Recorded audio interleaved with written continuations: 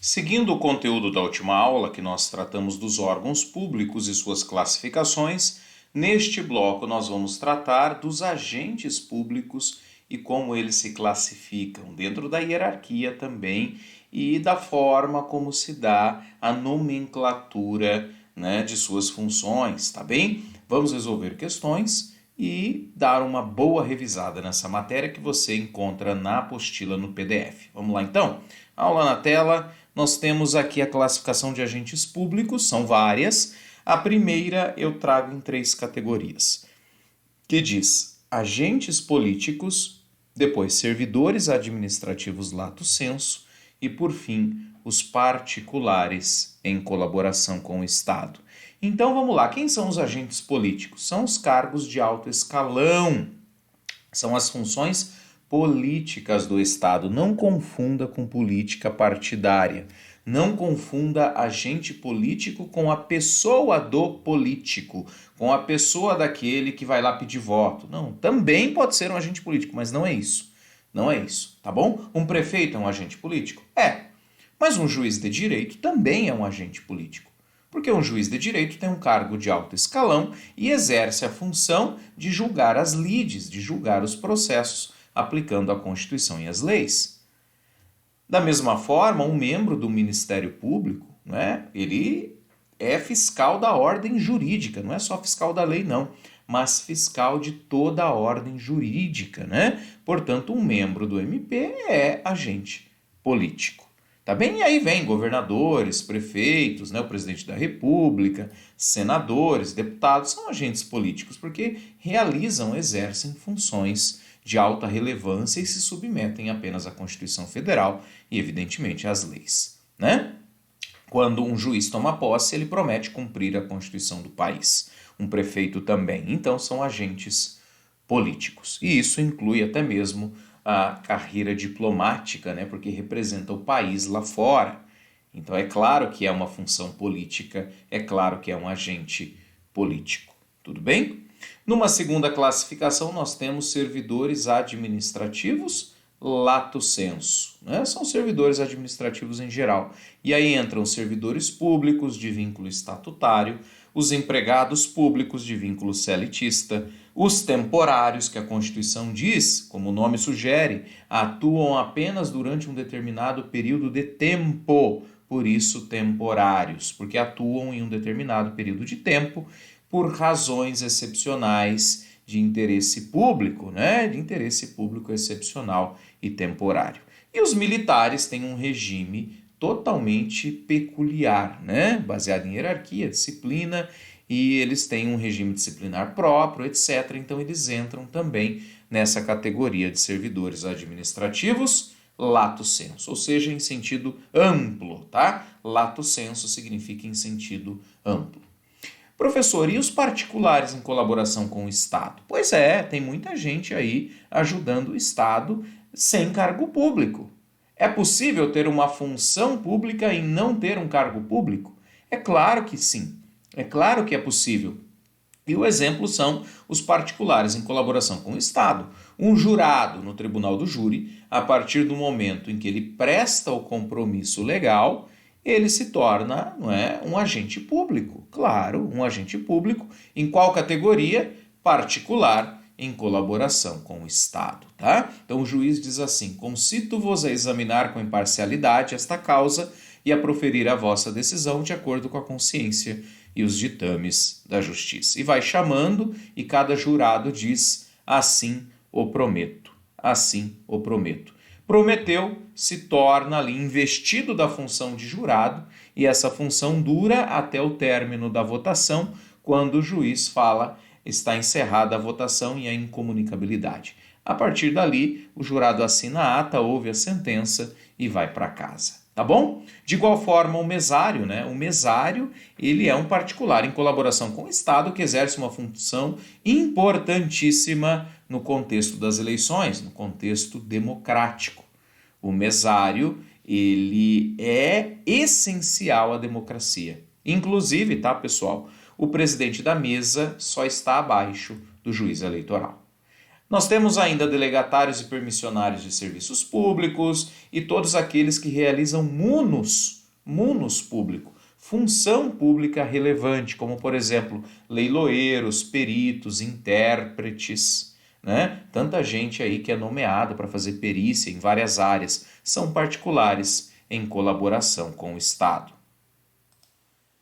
Agora observa aqui o grau da pegadinha, o grau da casca de banana nessa pergunta que já tem 22 anos, né? Já tem pelo menos 22 anos, foi no ano de 2000. E olha só a casca de banana.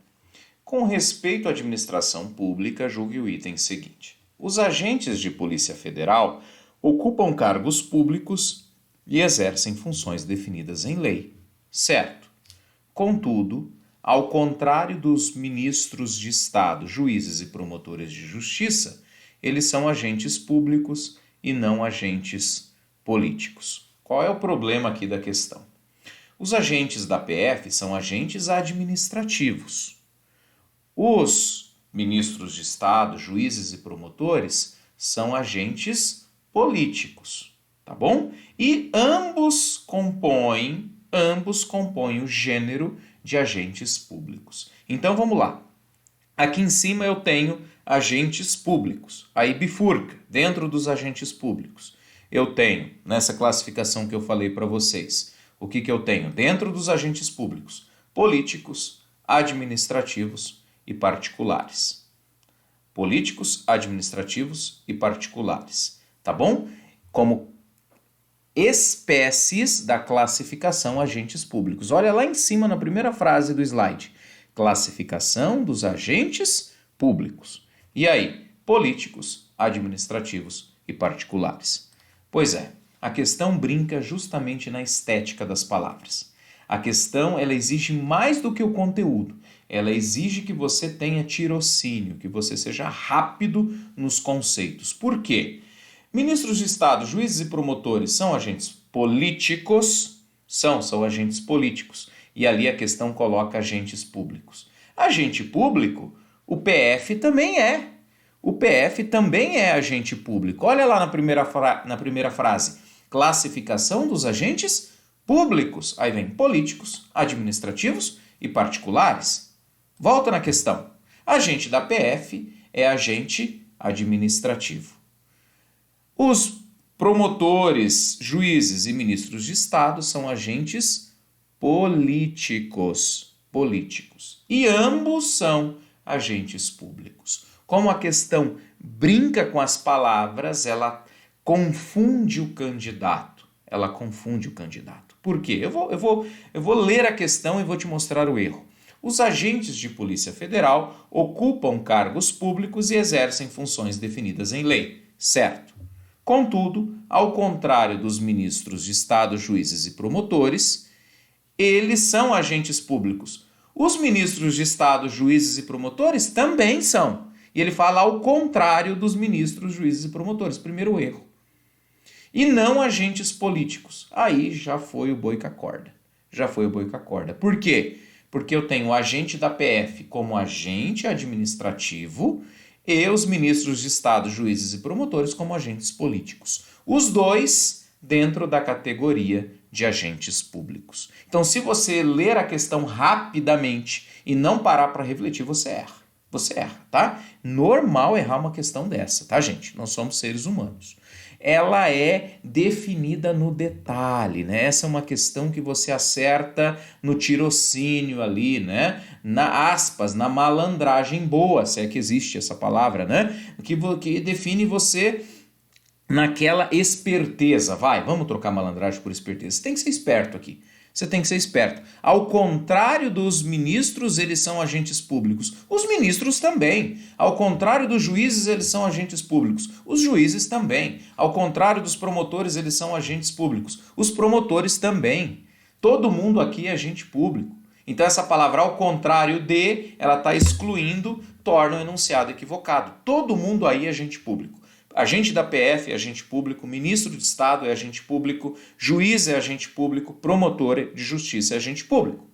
Qual é a diferença? É que os agentes da PF são agentes públicos administrativos e os juízes Ministros e promotores são agentes públicos também na classificação de agentes políticos. Portanto, aqui a resposta, eu expliquei de vários modos, está errada, né? E nas estatísticas aí nós temos 42% de erros. Voltamos então para o slide com a classificação de Eli Lopes Meireles. Saudoso professor Eli Lopes Meireles, é uma classificação mais completa. Eu trouxe a inicial mais simples, agora mais completa. E para Eli, nós temos os agentes políticos, administrativos, que nós já falamos no slide anterior, correto? Inclusive falando de juízes, ministros, promotores como agentes políticos e dos agentes da PF e da PRF como agentes administrativos. O que o Eli faz é subdividir essa terceira classificação dos particulares em colaboração com o Estado em honoríficos, delegados e credenciados. Tá bom? É isso que ele faz. Vou voltar aqui. Essa terceira classificação, particulares em colaboração com o Estado, o professor Eli decupa na letra C, na letra D e na letra E. Ele diz que os particulares em colaboração com o Estado podem ser honoríficos, delegados ou credenciados. Honoríficos porque exercem com honra o seu mistério. E aí entra, né, jurado, mesário, e embora não tenham vínculo permanente com o Estado, exercem o chamado munus público relevante. Tanto que a lei exige que tenham boa reputação. Ah, professor, mas o que Maria ganha com isso? Opa, jurado em concurso público, se ele empatar, ele leva. Pode ser critério de desempate, né? Mesário também tem direito ao dobro dos dias trabalhados como compensação, né? Então você é servidor público, né? Você trabalha um dia para a Justiça Eleitoral, tem direito a 2. Beleza?